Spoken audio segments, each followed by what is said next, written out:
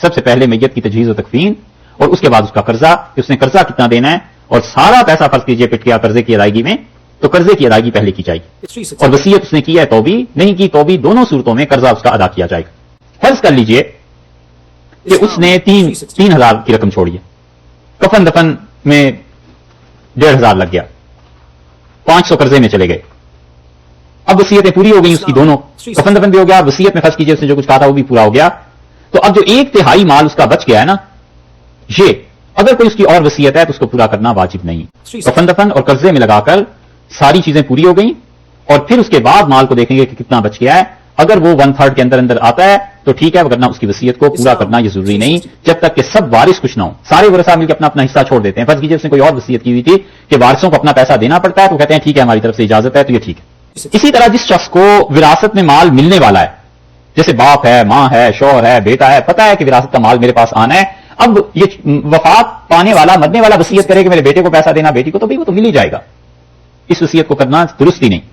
اور اگر اپنے کسی عزیز رشتہ دار کو دلانا چاہتا ہے تو 1/3 کے اندر 1/3 حصہ وہ کہہ دیتا ہے کہ دیکھو میں 1 لاکھ چھوڑ کے جا رہا ہوں, اور اس میں 66,000 تو تم بہن بھائیوں میں تقسیم ہوگا جو اللہ نے رکھا ہے, اور یہ جو 33,000 ہے اس کو فلاں میرے عزیز کو دے دینا جو غریب ہے, یہ درست ہے.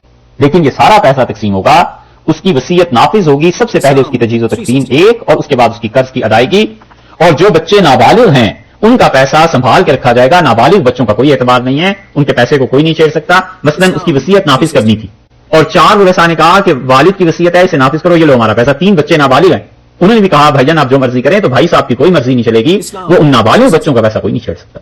وہ جب بالغ ہوں گے تب جا کر اس وصیت کا نفاذ ہوگا, وہ بھی اگر اس وقت کریں, اگر نہ کریں تو ان کے ذمہ کچھ نہیں ہے. نابالغ بچوں کی جو رقم ہے نا, یتیموں کی, یہ ساری کی ساری سنبھالنی ہوگی, بچوں کی اجازت کا اعتبار نہیں. نابالغ 1/3 مال جو ہے 1/3 اس کی وصیت کرنے کا ہے تو اسے اختیار, لیکن بہتر شریعت نے یہ قرار دیا ہے کہ پوری 1/3 کی وصیت نہ کرے, پوری 1/3 کی وصیت نہ کرے, کیونکہ نہیں کرے گا نا.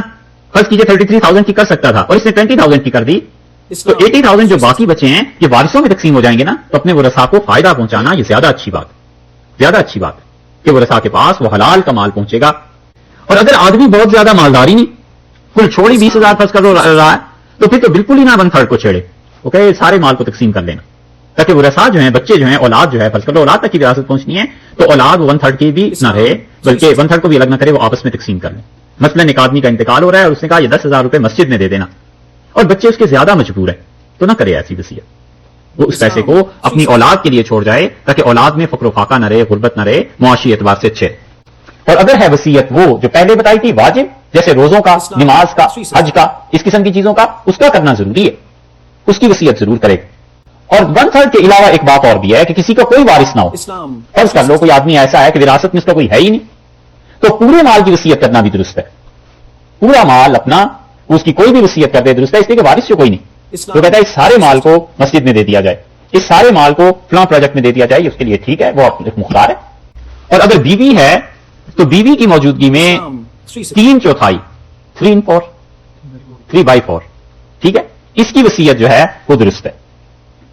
اور اگر بیوی ہے اس کا صرف میاں ہے, شوہر ہے, تو عورت تو زیادہ اختیار ہے, وہ آدھے مال کی وصیت کر سکتی, باقی جو ہے آدھا مال اس کے میاں کو مل جائے گا. اولاد تو ہے نہیں, وراثت کہاں جائے گی, تو آدھا میاں کو مل جائے گا, آدھے کے لیے اسے اختیار ہے, یہ 50% ہو گیا.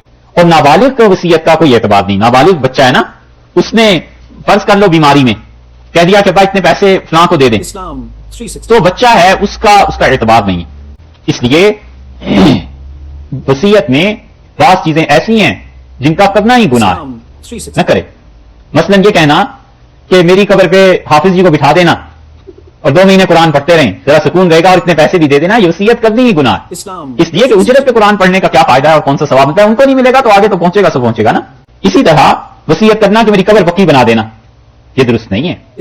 پکی قبر کا شریعت نہیں تسلیم نہیں کیا سرے سے, تو اس سے معلوم ہوا کہ معصیت کی وصیت درست نہیں, گناہ کی وصیت درست نہیں, غلط کام کی وصیت درست نہیں, اور جائز کام کی ٹھیک ہے. مثلا یہ کہ اس نے اپنے لیے قبر تیار کرا دی پہلے سے, اور جگہ منتخب کر دی کہ میری تدفین وہاں ہوگی, ٹھیک ہے. عمر بن عبدالعزیز رحمۃ اللہ علیہ نے اپنی زندگی میں ہی اپنی قبر تیار کروا لی, اور بھی بعض رات کے نزدیک یہ ہے, اس میں کوئی حرج نہیں.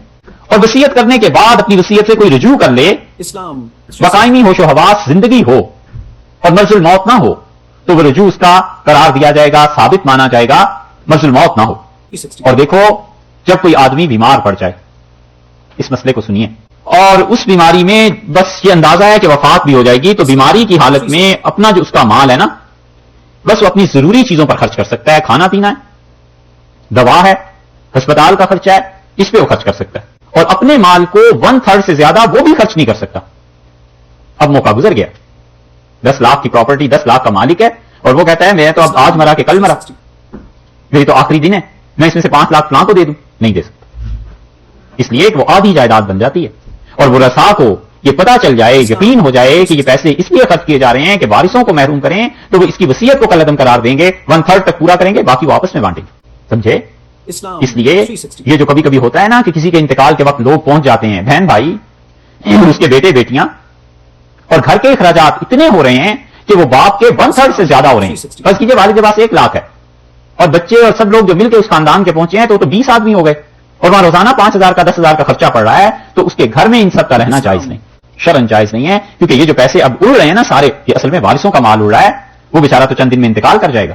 اور مسلمان اس بات کو ذرا نہیں سوچتے کہ ہم کہیں جا رہے ہیں تو ہمیں اپنے کھانے پینے کی فکر کرنی ہے, اپنی رہائش کا بندوبست کرنا ہے, کچھ کرنا ہے. ورنہ ہے تو والد اور ہیں والدہ, لیکن پیسے وہ سب بہن بھائیوں کے مشترکہ خرچ ہوں گے نا اس گھر کے, تو وہ 1/3 سے زیادہ اگر خرچ ہو گئے. ان کے پاس کل ٹوٹل 1 لاکھ روپیہ تھا, 1 مہینہ بیماری چلی, وہ اپنی بیماری پہ خرچ کرتا رہا ہے. اس کے بعد بچوں کے بچے, پوتے پوتیاں, نواسے نواسیاں, وہ لاکھ روپیہ تو ادھر ہی نکل گیا, اور پھر انتقال ہوا, اور پھر بچوں نے کفن ڈالا. یہ کئی جگہ پر ہوتا ہے. اس لیے اس گھر میں رہنا بھی درست نہیں ہوگا, جائز نہیں ہوگا, کیونکہ جو مال کھائیں گے اور جو بھی سواریاں استعمال ہوں گی, جو خرچہ ہوگا, وہ اصل میں ان وارثوں کا ہو رہا ہے, ان یتیموں کا مال لگ رہا ہے. شریعت نے اتنی احتیاط کی تلقین کی ہے. اسی طرح ایسی بیماری جس میں میت ہو گئی, انتقال ہو گیا, قرض معاف کرنے کا بھی اختیار نہیں رہتا, بقائمی ہوش و حواس معاف کرے. اب بلایا کہ تم نے ہمارا 1 لاکھ دینا تھا, تم نے 50,000 دینے تھے, ہم سب معاف کرتے ہیں. اب معاف کرنے کا مطلب یہ ہے کہ یہ پیسہ جو ہے وہ وارثوں کا تھا, یہ کہاں سے معاف کرتے ہیں بھائی؟ شریعت نے اختیار نہیں دیا. شریعت نے اختیار اب وارثوں کو دیا ہے, اور ورثاء کو کہا ہے کہ اگر وہ بچے, سارے بچے مل کے 1/3 سے زیادہ اگر باپ کہہ رہا ہے, یہ ساری اولاد مل کے کہتی ہے کہ کوئی معافی نہیں, آپ ہمارے والد کا پیسہ ہے ہمیں واپس دیں گے, بچوں کو اختیار ہے. 1/3 سے اگر زیادہ کی وصیت ہے, 1/3 میں تو کر سکتا تھا کہ چلو جتنا ہوا, فرض کر دیجیے 33,000 وہ معاف کر سکتا تھا, تو اس نے 40,000 معاف کر دیے, 7,000 لے گئے. ان بچوں کا حق بنتا ہے, یہ کہہ سکتے ہیں کہ بھئی آپ کو جتنی والد نے معافی دی تھی وہ اس حد تک ہے, اس کے بعد یہ ہم وارثوں کا حق بنتا ہے, یہ پیسے لوٹاؤ. سمجھے؟ یہ اتنی باریکی سے شریعت نے جو چیزیں کی ہیں وہ اسی وجہ سے.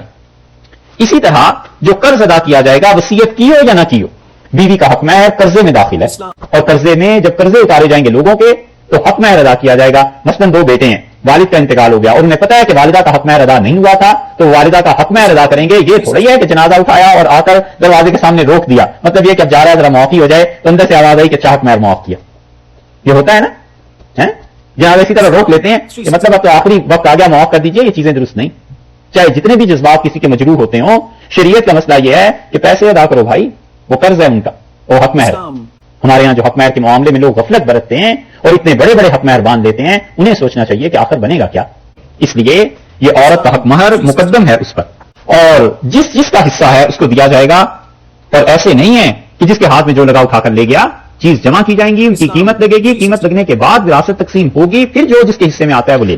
اسی طرح میت کے انتقال کے بعد یاد رکھنا, اب وہ پیسہ وارثوں کا ہو گیا ہے, اس پیسے سے خیرات کرنا درست نہیں. لوگ بڑی کوتاہی اس پہ برتتے ہیں.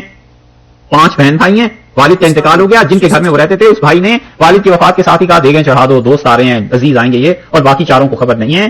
یہ چیز ٹھیک نہیں. یا تو وہ یہ کرے کہ جب تقسیم ہو تو وہ باقاعدہ حساب کر کے کہے کہ بھائی اتنا پیسہ لگ گیا تھا والد صاحب کے انتقال پہ, یہ میرے حصے سے کاٹ لو, تدفین, تکفین, کفن اور قبر, اور یہ پیسے تو اصل گھر سے کٹیں گے, اور باقی جو کھانا وغیرہ کھلایا تھا وہ میں اپنے ذاتی پیسے سے دے دیتا ہوں. یہ اس کے لیے جائز ہے. یہ نہیں کر سکتا کہ اس پیسے کو تجہیز و تکفین میں داخل کر کے اور باقی بہن بھائیوں کا حصہ کاٹ لے. اس لیے مشترکہ مال ہے, اور مشترکہ مال سے اس کو خرچ کرنے کی اجازت نہیں ہے جب تک کہ وراثت تقسیم نہ ہو. اور لوگ تو اس طرح کرتے ہیں کہ دے گئے اور پھر وراثت کی تقسیم کے بغیر ہی تیجے اور 40ویں اور کیا کیا چیزیں ہو رہی ہوتی ہیں. اللہ کے بندوں, تو پیسہ دوسروں کا ہے, آپ کو تو حق ہی حاصل نہیں. یہ اسی طرح جیسے آدمی دوسروں کے پیسے چوری کر لے اور اپنے باپ کی طرف سے صدقہ کر لے, کوئی تک بنتی. 1 لاکھ روپیہ فرض کرتے ہیں والد نے چھوڑا, 5 بہن بھائیوں میں وہ تقسیم ہونا تھا. فرض کر لیجیے ہر ایک کے حصے میں کسی کے 20 آتا ہے, کسی کے 10 آتا ہے. انہوں نے کہا جی والد صاحب رہتے تھے, 4,000 کفن پہ خرچ ہو گئے, 6,000 دفن پہ خرچ ہو گئے, 10,000 ہو گئے, باقی 90,000 رہ گیا تھا. 90,000 ہم بہن بھائی جو تقسیم کریں گے تو اس تقسیم سے پہلے یہ دیکھ لیجئے کہ تیجے پہ اتنا خرچہ ہو گیا، 40ویں پہ اتنا خرچہ ہو گیا، 7ویں پہ اتنا ہو گیا، 10ویں پہ اتنا ہو گیا، اور یہ 20,000 اس میں لگ گئے تھے، اب باقی رہ گئے 70,000، یہ تقسیم کر لو تو 70 نہیں تقسیم کر لو صاحب، 90 تقسیم ہوں گے. یہ جو خود خرچہ کیا ہے نا، یہ 20,000 اپنے حصے سے یا تو کٹاؤ اور یا پھر کوئی خوش ہو اپنی خوشی سے معاف کر دے تو الگ بات. یہ مشترکہ پیسہ ہو جاتا ہے اور پیسے کے اشتراک میں خرچ کرنا جائز نہیں، سمجھے؟ اور ہمارے ہاں لوگ بالکل اس بات کی پرواہ نہیں کرتے اور وہ سمجھتے ہیں بڑی نیکی کے کام کر رہے ہیں، رسد کا پیسہ ہے، دوسروں کا پیسہ لے کے اپنے والد صاحب کو بخشوانا ہے. سبحان اللہ. ان کے والد بھی ہیں جن کا باقیوں کا حصہ ہے، وہ کریں گے خیرات نہ کریں، ان کی مرضی. اسی لیے اللہ نے یہاں پہ وراثت کے قوانین بیان کیے ہیں. یوصیکم اللہ فی اولادکم، وہ اس میں سے ادا کیے جائیں گے، مشترکہ مال میں سے نہیں. نماز کا جو بیماری کی حالت میں نمازیں رہ جاتی ہیں، شریعت نے اس کا فدیہ مقرر کیا ہے.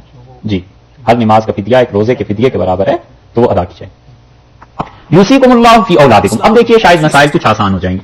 اللہ تم لوگوں کو وصیت کرتے ہیں، حکم دیتے ہیں کس چیز میں؟ فی اولادکم، تمہاری اولاد کے بارے میں. اس اولاد کے لفظ سے پتا چلا اولاد جو ہے ولد کی جمع ہے، اور ولد کہتے ہیں حقیقی بیٹے کو، ٹھیک ہے؟ اور اولاد میں حقیقی بیٹیاں اور حقیقی بیٹے آ گئے. جب حقیقی بیٹے بیٹیاں آ گئی تو منہ بولے تو سارے ہی نکل گئے، ان کا وراثت میں کوئی حصہ رہا ہی نہیں. اور جب حقیقی بیٹے اور حقیقی بیٹیاں موجود ہیں تو وراثت کا اصول یہ بیان کیا تھا، شریعت نے یہ بتلایا تھا کہ جو سب سے زیادہ قریبی ہے تو حقیقی بیٹے جب موجود ہیں، حقیقی بیٹیاں موجود ہیں، تو پوتا تو اس کے بعد کی پیڑھی میں آتا ہے، پوتے کا کوئی حق ہی نہیں. ایک آدمی کے 4 بیٹے ہیں، ایک کا انتقال ہو گیا اس حالت میں کہ اس کا آگے بھی بیٹا موجود تھا. اب 3 اس لڑکے اس بچے کے چچا ہیں نا، تو جب دادا کا انتقال ہوگا تو یہ جو 3 اس کے حقیقی بیٹے بھی زندہ ہیں، چچا اس لڑکے کے، اس بچے کے چچا، وراثت ان کو ملے گی. بچے کو کیوں وراثت ملے گی؟ وہ تو اس دادا کا ایک بیٹا تھا، وہ اس کا بیٹا ہے. تو جب ابھی قریبی عزیز موجود ہیں اس لڑکے کے، اس بچے کے چچا اور اس بچے کی پھوپھیاں، تو وراثت تو ادھر جائے گی. اب ان کو ہے وہ چچا، وہ پھوپھیاں، وہ اس کو دیں، یا دادا اپنی 1/3 جو پراپرٹی ہے اس کو دے دے، اسے اختیار ہے. اس لیے یتیم پوتے کا خام خواہ لوگوں نے مسئلہ بنا لیا ہے کہ جی یتیم پوتے کا کیا بنے گا، یتیم پوتے کا بنے گا یا نہیں بنے گا، وہ جو یتیم چچا اور پھوپھی ہو جائے گی اس کا کیا بنے گا، اس کو بھی تو سوچنا چاہیے نا. اس لیے ہم کہتے ہیں اتنا ہی حقیقی درد ہے تو آپ اپنے ذاتی پیسے میں سے بھی کچھ سے دے دیجئے، اس پہ نہیں آتے. اللہ نے فرمایا کہ اولادکم، تمہاری اولاد، تمہاری ہوا کہ جو حقیقی بیٹے بیٹیاں ہیں پہلے حصے ان کے بنیں گے. اچھا اگر بیٹے نہ ہوں تو پھر پوتی پوتیاں آ جائیں گی، بیٹوں میں سے کوئی زندہ ہی نہیں رہا، پھر پوتے پوتیاں آ جائیں گی، کیونکہ نسب لڑکے سے چلتا ہے نا، لڑکی سے تو نہیں. تو نتیجہ ہے کہ نواسے اور نواسیاں نکل جائیں گی، ان کا حق نہیں بنے گا، کیونکہ انہیں جو وراثت پہنچے گی بچیوں کو، نواسے نواسی کو ان کے حقیقی دادا کی طرف سے پہنچے گی نا، اب ادھر ننیحال سے تو نہیں آ سکتی. تو اولاد کا جو حکم لفظ ارشاد فرمایا، اس سے 2 باتیں پتہ چلی. ایک تو یہ کہ حقیقی اولاد کے ہوتے ہوئے پوتے پوتیوں کا حق نہیں بنتا، اور یہ کہ حقیقی اولاد نہ ہو تو پھر پوتے پوتیاں اس کے قائم مقام آ جائیں گے، نواسے نواسیاں نہیں. 12 حصے اللہ نے بیان کیے کہ کس کس طرح تقسیم ہوں گے. پہلا فرمایا ہے کہ للذکر مثل حظ الانثیین، اور مرد کے لیے حصہ ہے 2 عورتوں کے حصے کے برابر. مرد کے لیے حصہ ہے 2 عورتوں کے حصوں کے برابر. 2 حصے، 2 عورتوں کو 4 روپے ملے تو اتنا مرد کا حصہ ہے. سوچنے کی بات یہ ہے کہ اللہ تعالیٰ نے صاف یہ کیوں نہیں کہہ دیا ہے نا، سیدھی صاف بات فرما دیتے کہ لڑکے کو دگنا لڑکی کو 1 گنا. یہ نہیں کہا، اس لیے کہ وہ جو ذہنیت تھی جب قرآن نازل ہوا تھا تو کوئی لڑکیوں کو حصہ دیتا ہی نہیں تھا سرے سے. وہ کہتے تھے جو گھوڑے پہ بیٹھتا ہے اور جو لڑتا ہے حصے اس کے لیے، عورتوں کے حصے تھوڑے ہی ہیں. اللہ نے بتایا کہ اصل حصہ عورت کا ہے، اور جتنا 2 حصے عورتوں کے بنتے ہیں پھر ایک مرد کو تم دو گے. اصل میں عورتوں کے حصے پہلے نکالو. دیکھا، سمجھ آئی ہے نا خدا کی کتاب. کوئی آدمی ایسے لکھ سکتا ہے؟ اللہ نے فرمایا ذکر مثل حظ الانثیین، مرد کو اتنا ملے گا جتنا 2 خواتین کو ملتا ہے. اس کا مطلب ہے خاتون کا حصہ اصل ہے، وراثت سے محروم کرنا ہو نہیں سکتا. تو پہلا مسئلہ یہ بیان کر دیا کہ میت کی اولاد میں لڑکے اور لڑکیاں سب ہو تو پھر دیکھو لڑکے کو لڑکی سے دگنا ملے گا، بھائی کو بہن سے دگنا حصہ ملے گا. ایک بات کلیئر ہو گئی. 4 چیزیں ہیں جو وراثت کی تقسیم میں مانے ہو جاتی ہیں. دین کا اختلاف، ارتداد، باپ مرتد ہو گیا یا بیٹا مرتد ہو گیا، دونوں ایک دوسرے کے وارث نہیں ہو سکتے. ایک قتل عمد میں وارث نہیں ہو سکتے، بیٹے نے باپ کو یا باپ نے بیٹے کو قتل کیا اور قتل عمد ہے، جان بوجھ کر قتل کرنا ہے، بیٹے نے اگر باپ کو کیا تو بیٹے کو باپ کی وراثت نہیں ملے گی. ہاں اپنے دفاع میں مارا گیا، مثلا بیٹے نے حملہ کر دیا اور باپ نے اپنا دفاع کیا یا اس کے برعکس صورتحال ہوئی، وہ الگ مسائل ہیں اس کے، لیکن حقیقتاً اگر قتل کرے گا اپنے باپ کو وراثت سے محروم قرار دیا جائے گا. اور اختلاف ہے دارین کا، ایک آدمی دارالحرب میں ہے اور ایک دارالاسلام میں ہے تو دونوں کو ایک دوسرے کی وراثت نہیں پہنچے گی. اور چوتھی بات ہے غلامی کی، وہ لمبے مسائل ہیں، اس زمانے میں ہوتے نہیں، اس لیے اسے چھوڑیے. ہمارے زمانے میں تو یہ 3 چیزیں ہیں کہ اختلاف دارین اور دارالحرب اور دارالاسلام، اگر اس کا اختلاف ہے تو بھی وہ وراثت میں ایک دوسرے کے اہل نہیں ہوں گے.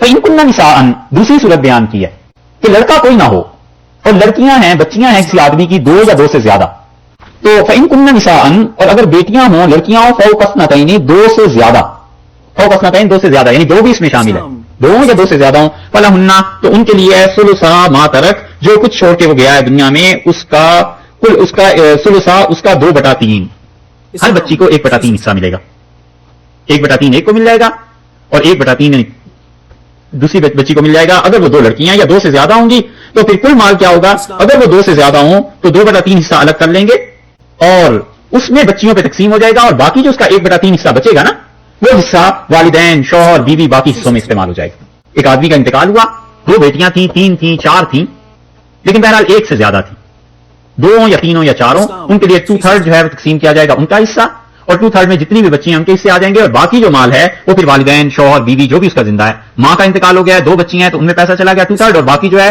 وہ اس کے شوہر کی طرف چلا جائے گا بیٹوں کی طرف چلا جائے گا یا جہاں بھی اس نے تقسیم کرنی ہے یہ تیسری تقسیم دیکھیے وہ امکانت واحدتن اور اگر اس کی لڑکی صرف ایک ہے فلاح نصف تو اس بیٹی کو آدھا حصہ ملے گا نصف حصہ اس لڑکی کا ہو جائے گا اور بقیہ دیگر ورثاء کا ہو جائے گا اور فرض کر لو دیگر وارث کوئی موجود ہی نہیں ہے تو یہ مال بھی اسی لڑکی کی طرف آ جائے گا کل کی وارث اپنے باپ کی بن جائے گی یہ فقہی مسئلہ ہے کتابوں میں لکھا ہے پہلے تو اسے دیں گے آدھا حصہ پھر باقی ورثاء کو تلاش کرنا ہے باقی کوئی وارث ہے ہی نہیں پھر یہی 1/3 جو ہاف کا 50% کا یہ پھر واپس اسی کی طرف چلا جائے گا اور بچی پورے مال کی وارث بنے گی 3 چیزیں چوتھا دیکھیے ان تینوں صورتوں میں جو اب تک بیان ہوئی ہے نا پہلی صورت یہ تھی نا کہ لڑکے اور لڑکیاں 1 اور 2 کی ریشو سے اور دوسری صورت یہ تھی کہ لڑکا کوئی نہ ہو صرف لڑکیاں ہیں 2 یا 2 سے زیادہ تو 2/3 انہیں ملے گا اور تیسری صورت یہ تھی کہ ایک ہی لڑکی ہے تو اسے ہاف ملے گا اور پھر اگر کوئی وارث نہیں ہے تو پھر ان تینوں صورتوں میں میت کے والدین اگر زندہ ہوں گے تو ان والدین کو ان دونوں کو کل جو ہے اس کا سدس چھٹا حصہ ملے گا یہ اللہ نے فرمایا امکانت واحدتن اور اگر وہ لڑکی اکیلی ہے فلاح نصف اس کو نصف دیا جائے گا بچی کو اور ہم نے بتایا دیگر ورثاء نہیں ہے تو پھر باقی بھی حصہ لوٹ آئے گا ولی ابویہ اور اگر ان کے والدین زندہ ہیں لکل واحد منہم السدس تو اس صورت میں انہیں 1/6 حصہ ملے گا مما ترکا جو کچھ انہوں نے چھوڑا ہے اگر چھوڑا ہے تو اس کا 1/6 حصہ انہیں مل جائے گا تینوں صورتوں میں جو اوپر بیان ہوئی ہے فرض کر لیجیے 1800 روپے تھے تو والدین کے 2 حصے بن گئے ایک حصہ بن گیا 1800 میں 2 حصے والدین کے بن گئے ایک حصہ لڑکے کا بن گیا 3 2 حصے لڑکے کے بنے نا ڈبل ہو گیا تو 2 2 4 اور 2 بیٹیاں تھیں 5 اور 6 حصے بن گئے اب 1800 کو 6 پہ تقسیم کریں گے تو ایک حصہ 300 روپے کا پڑا نا 300 روپے کا پڑا تو 300 والد کو مل جائیں گے 300 والدہ کو مل جائیں گے 600 ہو گئے اور 600 لڑکے کو مل جائیں گے 1200 ہو گئے اور 300 انہیں مل جائیں گے 1800 اس طرح پورے ہو جائیں گے ٹھیک ہے جی یہ فرماتے ہیں اللہ تعالیٰ یہاں پر کہ ان ساری صورتوں میں میت کے والدین بھی اگر زندہ ہیں تو ان دونوں کا منہم السدس 1/6 حصہ الگ کر لو گے اور وہ 1/6 حصہ جو ہے ملے گا 1/6 اور بقایا جو بچ جاتا ہے بقایا کتنا بچے گا 5/4 بچے گا نا 5/6 بچے گا 5/6 جو ہے یہ اور ورثاء کے کام آئے گا لکل واحد منہم السدس ان میں سے دونوں کو جی تو وہی 300 روپے ملے نا ہاں وہ ٹھیک ہے لکل واحد منہم السدس ان میں سے دونوں کو 1/6 اور 1/6 جتنا بھی نکلے پانچویں صورت یہ بیان کیا ہے کہ فإن لم يكن له ولد وورثه أبواه فلأمه الثلث اچھا یہاں ایک بات رہ گئی اللہ تعالیٰ نے فرمایا ابویہ لکل واحد منہم السدس اور ان کے والدین کو پہنچے گا 1/6 حصہ ان دونوں میں سے جو بھی ہیں مما ترکا جو کچھ اس نے چھوڑا ہے ان کان له ولد اگر اس کی ہاں کوئی اولاد ہے لڑکا ہو لڑکی ہو ایک ہو 2 ہوں جو اوپر صورتیں گزر گئی نا اس صورت میں والدین کو 1/6 حصہ مل گیا ان میں سے ہر ایک کو ہر ایک فإن لم يكن له ولد اور اگر اس کے اولاد نہیں ہے اولاد اب ہے نہیں یہ 5واں حصہ اللہ تعالیٰ نے بیان کیا ووارثہ ابواہ تو ماں باپ وارث ہوں گے اس کے فلأمہ الثلث تو ماں کو حصہ ملے گا 1/3 یعنی اولاد بہن بھائی کوئی نہیں ہے صرف ماں باپ ہیں تو والدہ کو کل کا 1/3 مل جائے گا ٹھیک ہے جی سمجھ آ گئی والدہ کو فإن لم يكن له ولد اور اگر اس مرنے والے کی کوئی اولاد نہیں ہے تو ووارثہ وارث ہوں گے ابواہ اس کے والدین فلأمہ الثلث تو اس کی ماں کو ملے گا 1/3 اور بقیہ جو ہے وہ کہاں جائے گا وہ بقایا 2/3 جو ہے وہ تمام والد کا ہوگا یہ مل جائے گا اسے یہ اس صورت میں صبر یہ اس صورت میں کہ شوہر اور بیوی دونوں کو دیکھا جائے گا کہ وہ موجود ہیں یعنی اگر وہ موجود ہیں تو بیوی عورت کا انتقال ہو رہا ہے تو شوہر کو دیکھا جائے گا اور مرد کا انتقال ہو رہا ہے تو بیوی کو دیکھا جائے گا ان کا حصہ بھی الگ کریں گے پھر اس کے بعد یہ تقسیم ہوگی ان کا حصہ الگ کرنے کے بعد جو باقی رہ جاتا ہے اس میں سے والدین کو ملے گا اور والدین کی تقسیم اللہ نے فرما دی کہ فلأمہ الثلث اس کی ماں کو 1/3 حصہ دیں گے اس کے باپ کو 2/3 حصہ تو اللہ تعالیٰ نے فرمایا فإن كان له إخوة اب یہ چھٹی صورت آئی یہ سمجھ آ رہی فإن كان له إخوة اچھا 5ویں تقسیم کی کہ فإن لم يكن له ولد اگر اس کے یہاں اولاد نہیں ہے تو وہ وارثہ ابواہ تو اس کے والدین اس کے وارث ہوں گے فلأمہ الثلث تو اس کی والدہ کو ملے گا 1/3 ٹھیک ہے جی فإن كان له إخوة اور اگر ہیں اس کے بہن بھائی سگے یا سوتیلے سب برابر ہے یہاں پر اخوہ جو لفظ ہے جمع استعمال فرمایا نا لیکن یہاں وہ قاعدہ نہیں چلے گا کہ 2 کے بعد 3 جمع ہوتی ہے، بلکہ 2 بھی ہوں گے تو وراثت میں حکم یہی آ جائے گا، پہلے امہ السدس اور ان کی والدہ کو ملے گا چھٹا حصہ.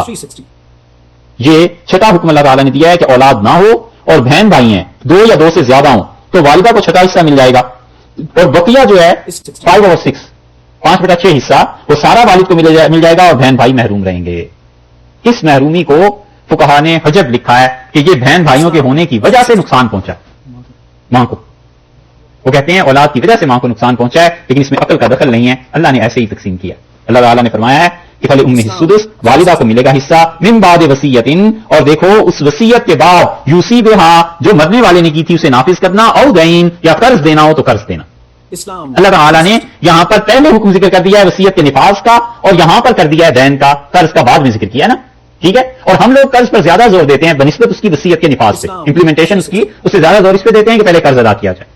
یہی چیز ہے نا، عام طور پہ یہی ہوتا ہے اور یہی صحیح ہے. اس لیے کہ ہم قرض کو زیادہ ترجیح دیتے ہیں کہ رسول اللہ صلی اللہ علیہ وسلم نے خود فرمایا تھا کہ ان الدین قبل الوصیہ، کہ دیکھو وصیت نافذ کرنے سے پہلے قرض ادا کرنا. تو ہم کہتے ہیں اللہ تعالیٰ نے یہاں پر جو وصیت کا نفاذ پہلے ذکر کیا ہے اور قرض کو بعد میں، تو اتفاق کی بات ہے، ادروائز یہ نہیں ہے کہ اس پہ عمل کیا جائے گا وگرنہ پہلے، بلکہ پہلے قرض ادا کیا جائے گا اور اس کے بعد وہ چیز کی جائے گی. آباؤکم، اور تمہارے باپ دادا، وابناؤکم، اور تمہارے بیٹے پوتے، لا تدرون ایہم اقرب لکم نفعا، تم میں سے کوئی نہیں جانتا ایہم، ان میں سے کون ہے، اقرب، سب سے زیادہ قریب تمہارے نفعات میں جس سے فائدہ پہنچے گا. والدین ہو یا اولاد ہوں، بیٹے ہوں بیٹیاں ہوں، کوئی نہیں جانتا کہ مجھے سب سے زیادہ فائدہ کہاں سے پہنچے گا. اس لیے اللہ نے وراثت کی تقسیم اقربیت کی بنیاد پہ رکھی ہے کہ جو جتنا قریبی ہے اس کو زیادہ حصہ ملے گا. کیسا ہی نافرمان ہے، کچھ بھی ہے، کوئی اسے آگ نہیں کر سکتا. یہ شرن جو ہوتا ہے نا کہ میں اپنے بیٹے کو آگ کرتا ہوں یا بیٹی کو، کوئی اس کی ویلیو نہیں، کوئی اس کی صورت نہیں ہے، حصہ اسے پہنچ کرے گا. اللہ نے فرمایا تم نہیں جانتے. ایک بات. دوسری بات یہ فرما دی کہ فریضۃ من اللہ، اور دیکھو یہ اللہ نے فرض کیا ہے، یہ تمہاری عقل میں بیٹھتا ہے یا نہیں بیٹھتا، اللہ نے یہ حصے بیان کر دی ہیں. بس دونوں باتیں ختم کر دی. ایک تو یہ کہ مال تقسیم ہوگا رشتہ داری اقربیت کی بنیاد پہ، ضرورت کی بنیاد پہ نہیں، کیونکہ اگر ضرورت کی بنیاد شریعت رکھ دے تو پھر تو پتہ ہی نہ چلے کسی کا.